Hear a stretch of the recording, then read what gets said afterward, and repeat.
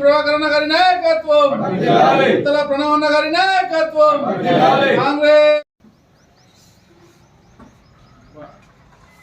Congress party Hyderabad శాసనసభ్యులు పాడి కౌశిక్ రెడ్డి గారు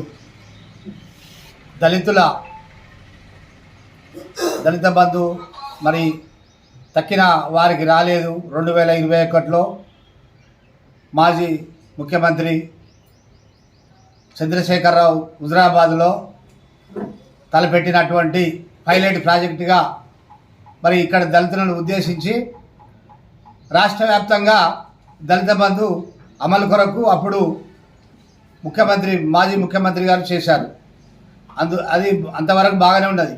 కానీ 2021, 2022, 2023 వరకు కూడా దళితులను బ్యాంకు చుట్టూ తిప్పుకొని దళితుల డబ్బులు మరి బ్యాంకులనే ఉంచుకొని మరి ఎన్నికలు సమీపమైనప్పుడు ఈ దళితుల డబ్బులను మరి హోల్లో పెట్టి అకౌంట్లను హోల్లో పెట్టి ఆ దళితుల డబ్బులను 2024 సార్వత్రిక ఎన్నికలు సమీపించిన తర్వాత పాడి కౌశిక్ రెడ్డి కావచ్చు,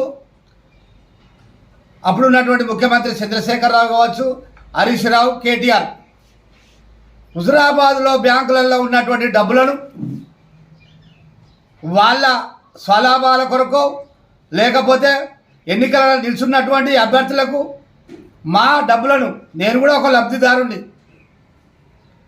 ఈ మా ఉన్నటువంటి 5 లక్షల మా హుజరాబాద్ ప్రాంతంలో ఉన్నటువంటి 5 మండలాల్లో ఉన్నటువంటి ఎస్సీ కులాల డబ్బులను ఈ మాజీ ముఖ్యమంత్రి అయినటువంటి చంద్రశేఖరరావు కావచ్చు, హరీష్ రావు, కేటీఆర్, ఇక్కడ ఎమ్మెల్సీగా ఉన్నటువంటి పాడి కౌశిక్ రెడ్డి ఈ డబ్బులన్నిటి తీసుకొని మా డబ్బులను మా నోటికాడు బుక్క తీసుకొని ఇవాళ నూతనంగా ఎన్నికైనటువంటి మరి రేవంత్ రెడ్డి గారి మీద, మా యొక్క నాయకుడు పొన్నం ప్రభాకర్ గారి మీద, మరి మా యొక్క హుజరాబాద్ నియోజకవర్గం ఇన్ఛార్జ్ ఒడితెల ప్రణవ్ బాబు మీద పాడి కౌశిక్ రెడ్డి గారు మాట్లాడడం సబబు కాదు.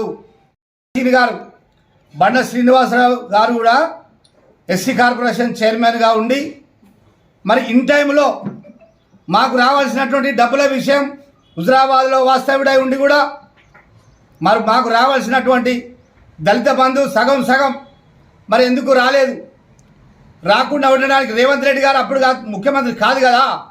రేవంత్ రెడ్డి గారు అధికారంలోకి వచ్చిన తర్వాత మా డబ్బులు బ్యాంకులో ఉన్నటువంటి డబ్బులు ఏమైనాయి?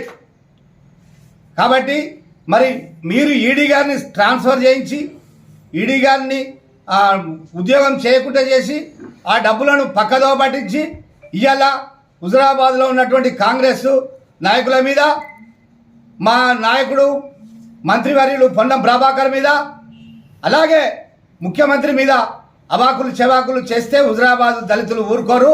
తప్పకుండా ప్రణవ్ బాబు కానీ, పొన్నం ప్రభాకర్ కానీ, రేవంత్ రెడ్డి కానీ హుజరాబాద్ దళిత బంధు విషయంలో వాళ్ళు సానుకూలంగా ఉన్నారు.